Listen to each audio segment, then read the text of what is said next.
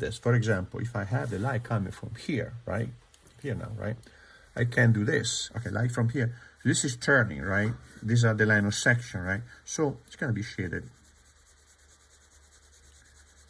Right? This is gonna be maybe slightly darker, but not as dark as that, right?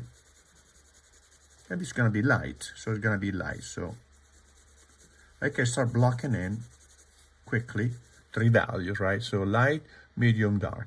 Here it's gonna be most likely all of it in the shadow, but here, no, because I start seeing this coming at the level of that, so I start seeing a little bit of passage here like this. This is gonna be darkest, and so on. This is gonna be darkest, right?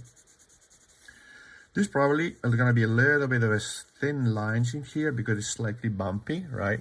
And this is gonna be all dark, all dark, all dark here. When I get here, this is gonna be dark because this is a volume turn like this, right? And this is going to be a little bit light and dark, probably it's a little bit cast shadow here like this, right? And now maybe darker here, and this definitely darker here like that. So then, you know, if I understand the form, I can understand the shadow and light mesh and shadow mesh much more accurately.